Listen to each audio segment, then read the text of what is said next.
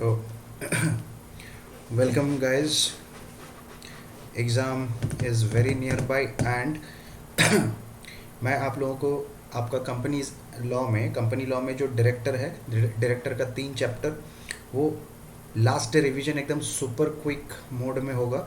तो ये last revision आप लोग एग्ज़ाम डे में जस्ट सुन के चले जाओ, आपका पूरा चैप्टर उड़ जाएगा। तो विदाउट वेस्टिंग, देखो आप लोगों का एग्ज़ाम चल रहा है तो ज़्यादा टाइम पास नहीं करेंगे, तो सीधा अपना कंटेंट में आ जाते हैं। सबसे पहले की मैनेजरियल पर्सनल। अभी केएमपी कौन लोग होते हैं? मैनेजिंग डायरेक्टर, केएमपी कौन लोग होते हैं? मैनेजिंग डायरेक्टर, मैनेजर और सीईओ। देखो, मैनेजिंग डायरेक्टर, मैनेजर, सीईओ ये लोग केएमपी होते हैं। और होल टाइम डायरेक्टर को कब केएमपी मानेंगे? जब मैनेजिंग डायरेक्टर, मैनेजर, सीईओ नहीं होता है, मतलब in absence of managing director, manager, CEO, वो टाइम पे होल टाइम डायरेक्टर अपना केएमपी आ जाता है। यहाँ पे सबसे पहले एप्लीकेबिलिटी ऑफ केएमपी, मतलब केएमपी कौन कौन सा कंपनी को एप्लीकेबल है। Rule 8 for any company other than a private company. Private company के लिए रूल 8 है। तो रूल 8 क्या बोलता है?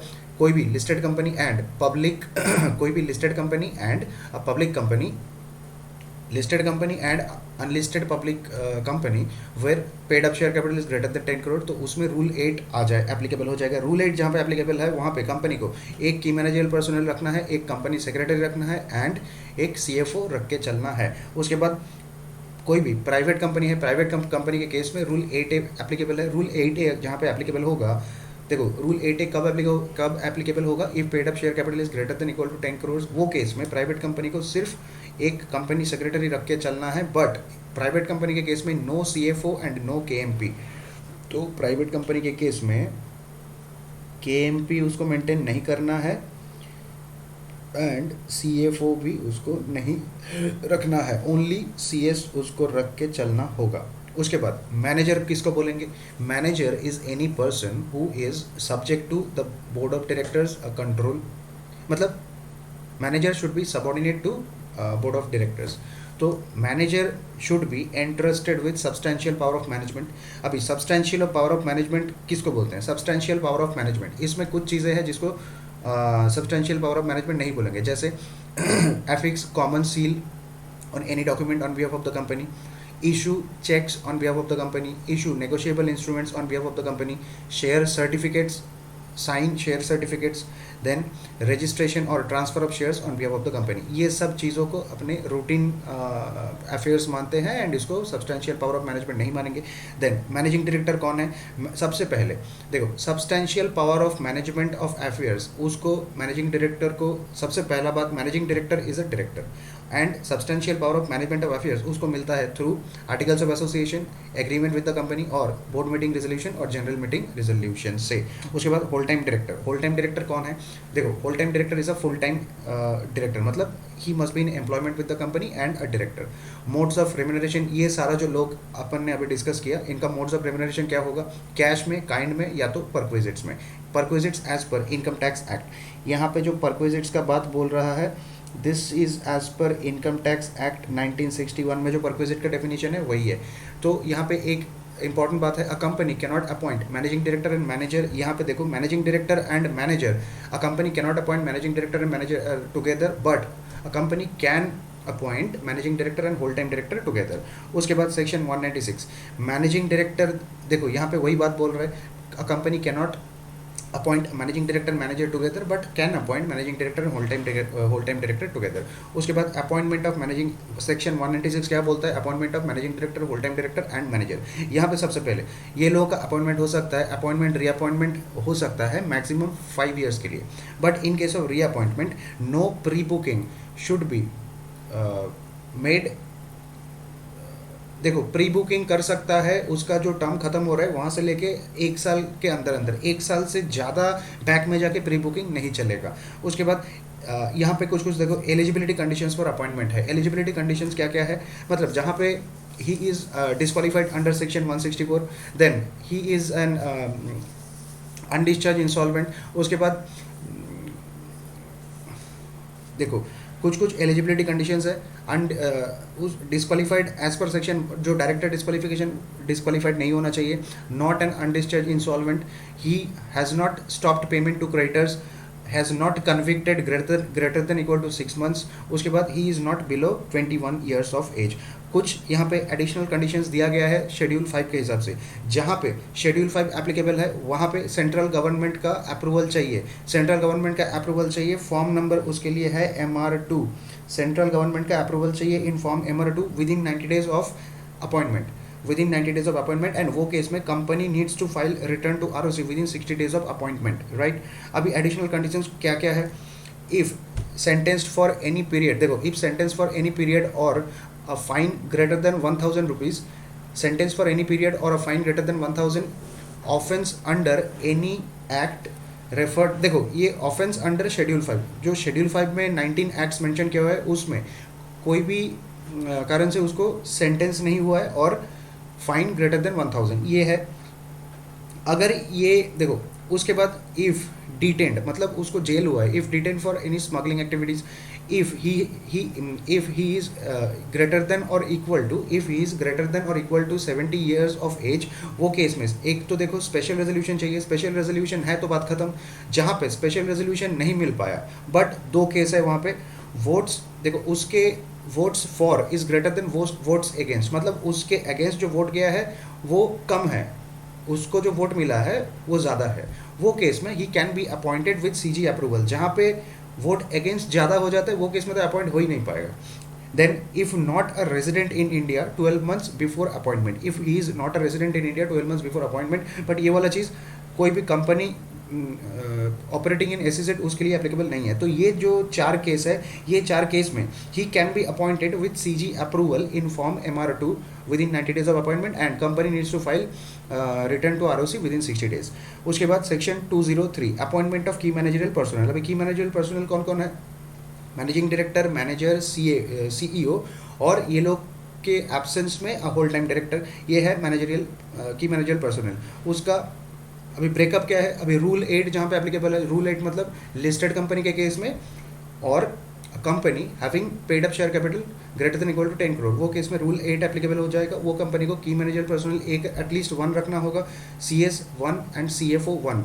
Then rule 8A private company के केस में एक कंपनी सेक्रेटरी रख के चलना होगा। उसके बाद यहाँ पे एक चीज़ स्पेशल है, कोई भी company, a company shall not appoint a chairperson and managing director CEO at the same time. A chairperson cannot appoint a chairperson as managing director or CEO at the same time.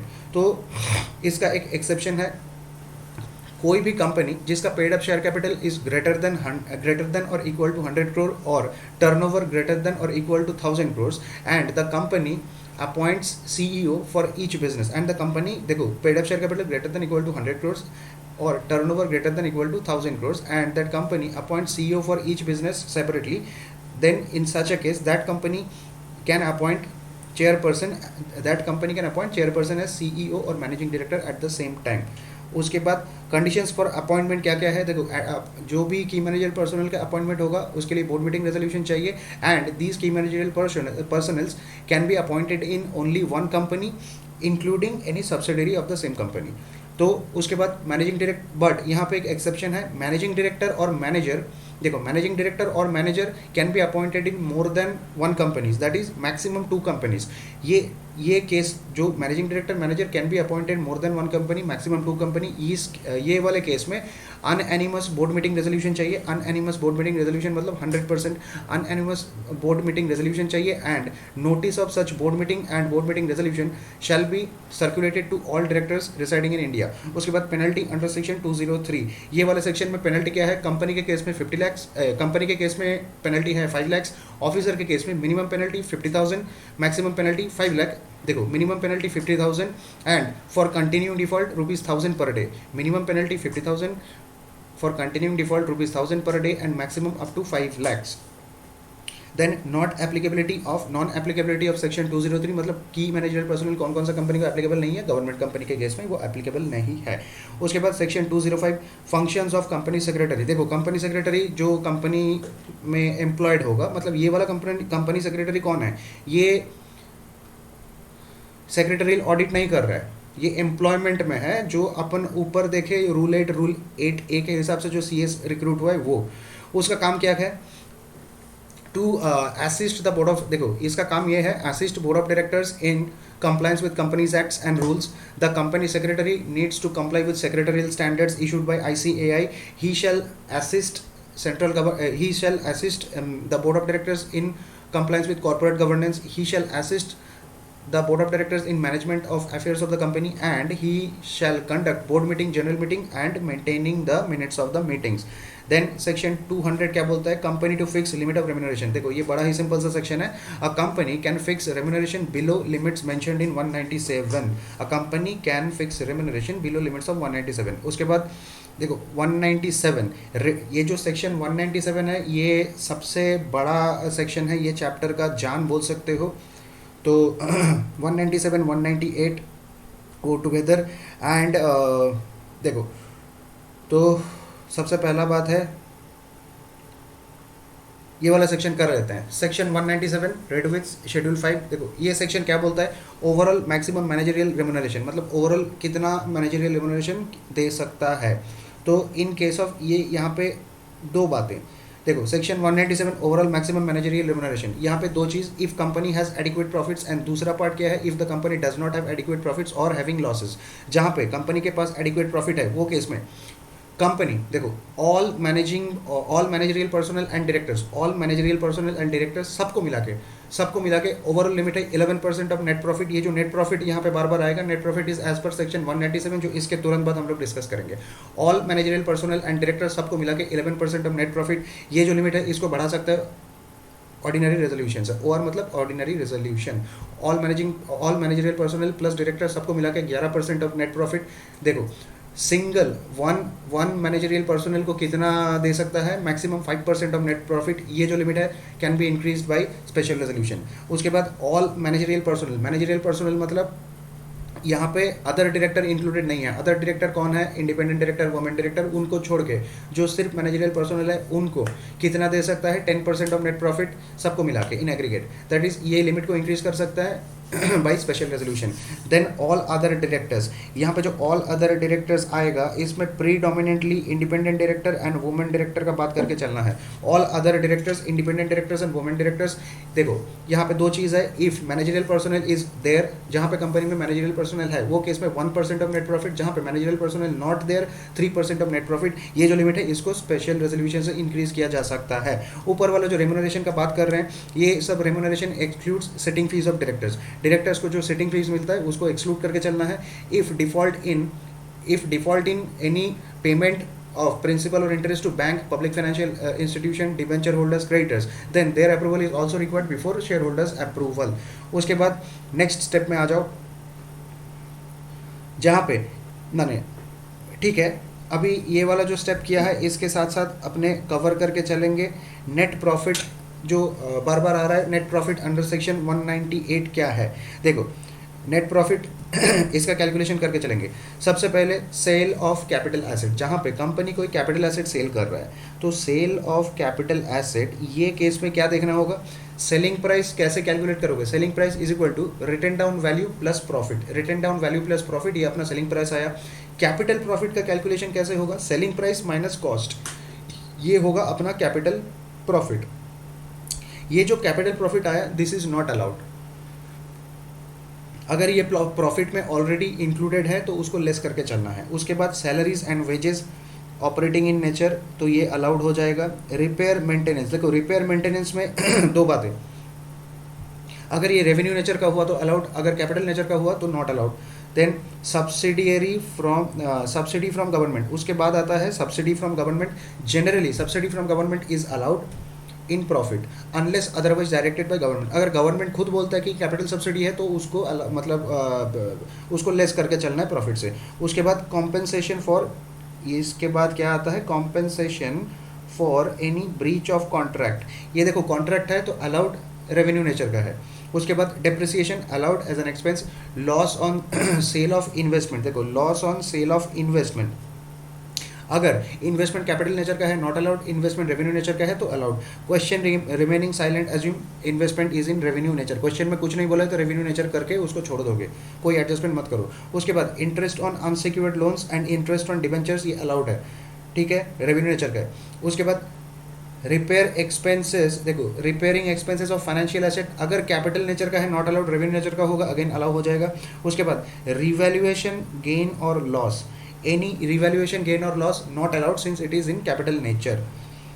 And यहाँ पे मैं ये discuss करके चल रहा हूँ, penalty under 197 कितना है, कंपनी के केस में 5 लाख, कोई भी मैनेजरियल पर्सनल और डायरेक्टर के केस में 1 lakh.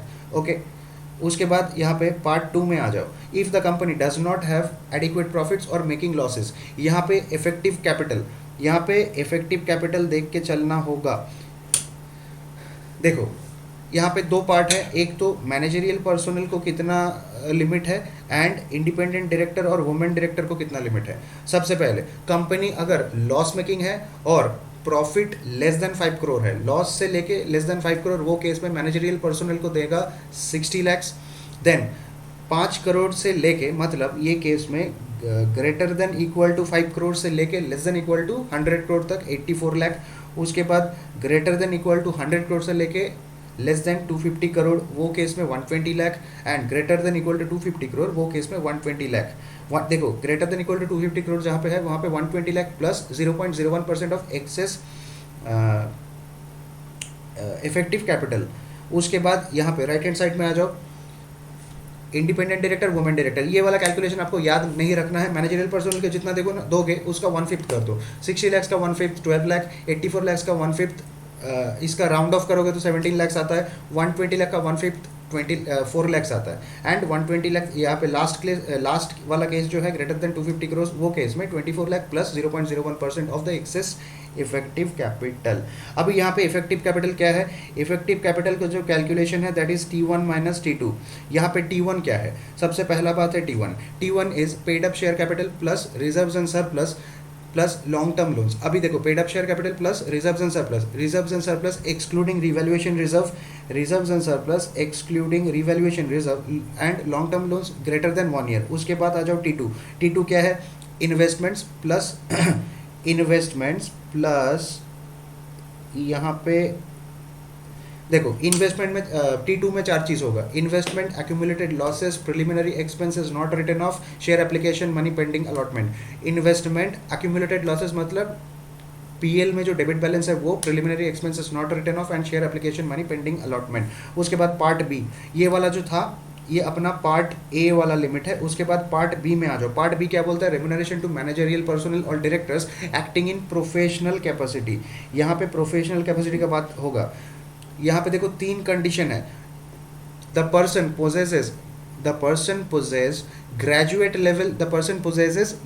level qualification and required knowledge as per board of directors or nomination and remuneration committee if applicable under section 178। तो क्या कहा, he possess graduate level qualification and required knowledge as per BOD or NRC if applicable under section 178 and not related to any director or promoter of the company holding subsidiary during 2 years before and after appointment। यहाँ पे क्या बोल रहा है,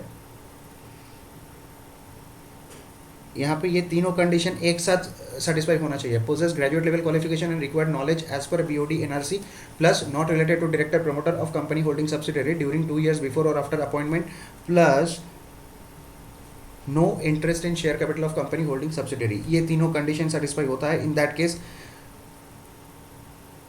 देखो if remuneration in, अगर if the remuneration is in excess of limits in part A कौन सा है, ये ऊपर वाला जो लिमिट था T1 T2 वाला 80, ये जो 12 लाख 70, ये सब जो लिमिट है, ये लिमिट से ऊपर अगर देना चाहता है वो केस में आपको स्पेशल रेजोल्यूशन पास करवाना पड़ेगा। रेम्यूनरेशन डज नॉट इंक्लूड, यहाँ पे एक स्पेशल पॉइंट है स्टार मार्क किया हुआ है, remuneration does not include any remuneration in professional capacity. Professional capacity में होने के लिए इसका 2 कंडीशन है, if services are of professional nature and as per NRC और BOD the person possess the requisite qualification। ये वाला आप लोगों को याद हो गया। देन उसके बाद नॉन एप्लीकेबिलिटी ऑफ सेक्शन 197। अभी ये जो सेक्शन 197 है कौन कौन सा कंपनी पे एप्लीकेबल नहीं है, सबसे पहला government company but subject to 137/92। 137 क्या है, फाइनेंशियल स्टेटमेंट, 92 क्या है, एनुअल रिटर्न। गवर्नमेंट कंपनी का एप्लीकेबल नहीं है and it is not applicable to a Nidhi company if remuneration to all directors or managerial personnel does not exceed lower of, देखो क्या बोल रहा है, remuneration to all directors or managerial personnel if does not exceed lower of 10% of net profit, 10% of net profit or rupees 50 lakh, 10% of net profit और rupees 50 lakh, इसमें से जो lower होगा अगर रेमुनरेशन उससे भी कम है तो अलाउड, तो ये 197 एप्लीकेबल नहीं है। प्रीमियम देखो, उसके बाद एक स्पेशल डिस्कशन है, premium paid for indemnification against losses to the company. मतलब डायरेक्टर और मैनेजरियल पर्सनल के डिसीजंस या तो कंडक्ट की वजह से कंपनी को लॉस हो सकता है फ्यूचर में, उसके लिए कंपनी क्या करेगा, इंश्योरेंस प्रीमियम भर सकता है फॉर इंडेमनिफिकेशन। ये केस में देखो, if the person is proved guilty of negligence, वो केस में जो इंश्योरेंस प्रीमियम कंपनी पे कर रहा है that will be included in the remuneration. दूसरा केस क्या है, the person is not guilty of negligence, वो केस में insurance premium will not be included in the remuneration. Then refund of excess remuneration paid to a director, यहाँ पे दो case में refund हो सकता है। इफ़ द डायरेक्टर और managerial personal has received remuneration greater than limits of 197 और he has received remuneration without any approval, वो केस में the person has to refund within 2 years and he can hold the sum as a trustee, मतलब वो use नहीं करेगा। उसके बाद क्या है, waiver of refund is possible, मतलब ये जो रिफंड है कंपनी बोल सकता है कि भाई तुम रख लो, रिफंड मत करो। Waiver of refund is only possible within 2 years with special resolution of the members.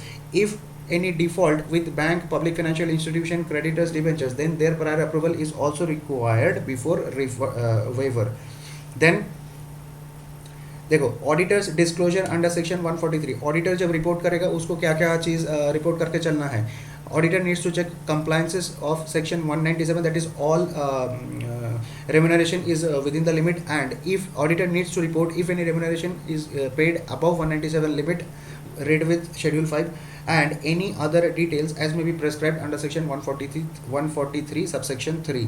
Okay, ये ऑडिटर वाला पॉइंट हुआ। उसके बाद देखो, there is a special case disclosures in boards report under section 134(3) for listed company के case में ये special disclosure है। क्या क्या देके चलना है, रेशियो ऑफ रेम्यूनरेशन, देखो ratio of remuneration to each director managerial personnel with median employee remuneration, मतलब कोई भी पर्टिकुलर डायरेक्टर को कितना रेम्यूनरेशन दे रहे हो divided by median employee remuneration, वो रेशियो पता क्या चलना है। Disclosure under section 197(12) percentage increase in remuneration in current financial year, ये जो percentage increase in remuneration in current financial year, ये किसका रेम्यूनरेशन है भाई, डायरेक्टर एंड मैनेजरियल पर्सनल का रेम्यूनरेशन में जो परसेंटेज इंक्रीज हुआ। Then percentage increase in median employee remuneration current financial year, number of employee on roll of the company, remuneration is as per NRC policies और not, top 10 employees, यहाँ पे एक special disclosure है, top 10 employees with respect to, जहाँ पे the employees received aggregate remuneration not less than 1.2 crore in financial year. उसके बाद aggregate remuneration not less than 8.5 lakh per month in current financial year and aggregate remuneration not less than 2% of equity share capital of the company in current financial year. यहाँ पे जो salary and last वाला है all employee who is related to director, देखो all employees who is related to any director और managerial personnel, वो लोग का नाम देके चलना है। सैलरी ड्रॉन बाय, यहाँ पे जो सैलरी का बात है, सैलरी में क्या क्या आता है, salary drawn by himself, spouse or any dependent children, salary drawn by himself, spouse or dependent children, तीनों को मिला के आपको रिपोर्टिंग करना होगा। तो गाइज यहाँ पे अपना बड़ा ही प्यारा सेक्शन 197 खत्म होता है। यस सारा ख़त्म हो गया। उसके बाद 198 भी अपने लगे हाथ कर दिया। फिर सेक्शन नंबर 202, सेक्शन नंबर 202 क्या बोलता है, compensation for loss of office. देखो compensation for loss of office कौन सा केस में दिया जाएगा, अगर अर्ली रिटायरमेंट हो गया कोई भी की मैनेजरियल पर्सनल और डायरेक्टर, ये लोग का अर्ली रिटायरमेंट और लॉस ऑफ ऑफिस, ये दो केस में क्वांटम ऑफ कंपेंसेशन कितना होगा, क्वांटम ऑफ कंपेंसेशन ये होगा उसका रिमेनिंग, देखो उसका रिमेनिंग पीरियड जितना बचा हुआ था और 3 years which ever is lower, remaining period और 3 year which ever is lower and कितना पे करोगे एट द एवरेज, देखो कितना पे करोगे average remuneration of 3 preceding financial years, period कितना होगा रिमेनिंग पीरियड और 3 years which ever is lower and at the rate of average remuneration of 3 preceding financial years. यहाँ पे अगर वो डायरेक्टर 3 साल से कम टाइम के लिए एम्प्लॉयमेंट में था, वो केस में जितना पीरियड के लिए था उसका एवरेज निकाल के चलेंगे। एंड नो देयर इज, देखो no compensation in certain cases, ये जो लॉस ऑफ ऑफिस है यहाँ पे कुछ केसेस में आपको कंपनसेशन नहीं दिया जाएगा। वो कौन कौन सा केस है, देखो, इफ़ द डायरेक्टर और managerial personnel resigns due to any reconstruction, that is amalgamation, merger, demerger, and he resigns on his own, मतलब खुद से ही रिजाइन कर दिया। उसके बाद if he is vacated under section 167, मतलब डिस्क्वालिफिकेशन था तो वो केस में नहीं मिलेगा। उसके बाद winding up of the company due to any negligence of the director, ये तो बड़ा बहुत ही क्राइम हो गया भाई, नहीं मिलेगा, कंपनी ही वाइंड अप हो गया तुम्हारी वजह से। उसके बाद फ्रॉड नेग्लिजेंस, देखो उसके बाद fraud negligence breach of trust in the company holding subsidiary, fraud negligence breach of trust in the company holding subsidiary. उसके बाद section 204 applicability of secretarial audit, secretarial audit applicable कौन कौन सा कंपनी में होता है, कोई भी listed company and unlisted public company having paid up share capital greater than equal to 100 crore or turnover greater than equal to 250 crore. तो एप्लीकेबिलिटी ऑफ सेक्रेटरियल ऑडिट क्या है, any limited company or any listed company or unlisted public company जहाँ पे paid up share capital greater than equal to 100 crore or turnover greater than equal to 250 crore. उसके बाद secretarial audit report, देखो जो practising company secretary है, यहाँ पे practising है, जो प्रैक्टिसिंग कंपनी सेक्रेटरी है वो बोर्ड ऑफ डायरेक्टर्स को फॉर्म नंबर MR3, CS क्या देगा, MR3 में बोर्ड ऑफ डायरेक्टर्स को देगा secretarial audit report. Board of directors क्या करेगा, जो बोर्ड्स रिपोर्ट है अंडर सेक्शन 134(3) उसमें एनी क्वालिफिकेशंस और मॉडिफिकेशंस जो सेक्रेटरियल ऑडिटर ने मेंशन किया है उसको कंसीडर करके चलेगा। देन एंड उसको रिपोर्ट करना होगा। Penalty for violation of section 204, मतलब कंपनी को सेक्रेटरियल ऑडिट एप्लीकेबल था बट कंपनी ने वो ऑडिट नहीं किया, तो ये केस में पेनल्टी किस किस को लग जाएगा, कंपनी से देखो कंपनी को पेनल्टी लगेगा, कंपनी सेक्रेटरी को लगेगा और जो रिस्पॉन्सिबल ऑफिसर था कंपनी सेक्रेटरियल, देखो तीनों केस में कंपनी को लगेगा, CS को लगेगा एंड जो रिस्पॉन्सिबल ऑफिसर था वो लोग को लगेगा, तीनों को यहाँ पे पेनल्टी लग जाएगा। फ्लैट पेनल्टी है ₹2 लाख। उसके बाद there are few special cases, a company can pay any higher remuneration to managerial personnel in below cases. अभी ये बिलो 3 केस है जहाँ पे 197 में जो लिमिट दिया हुआ है उससे भी ज़्यादा रेम्युनरेशन दिया जा सकता है। कोई भी न्यू कंपनी के केस में डेट ऑफ इनकॉर्पोरेशन से लेके 7 ईयर्स तक दिया जा सकता है। And a company in corporate insolvency resolution process, company is in resolution process, तो वो केस में 5 साल तक दिया जा सकता है। कोई भी कंपनी अगर सिक कंपनी है वो भी केस में 5 साल तक दिया जा सकता है। उसके बाद perquisites not to be included in managerial remuneration, यहाँ पे कुछ बातें हैं, perquisites not to be included in managerial remuneration.